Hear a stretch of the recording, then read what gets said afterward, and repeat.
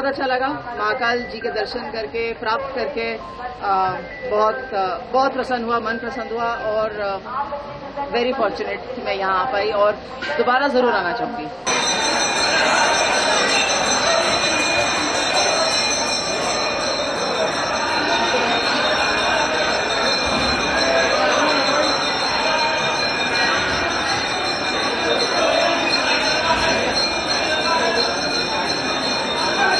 बहुत अच्छा लगा महाकाल जी के दर्शन करके, प्राप्त करके बहुत प्रसन्न हुआ, मन प्रसन्न हुआ और वेरी फॉर्चुनेट मैं यहाँ आ पाई और दोबारा जरूर आना चाहूंगी।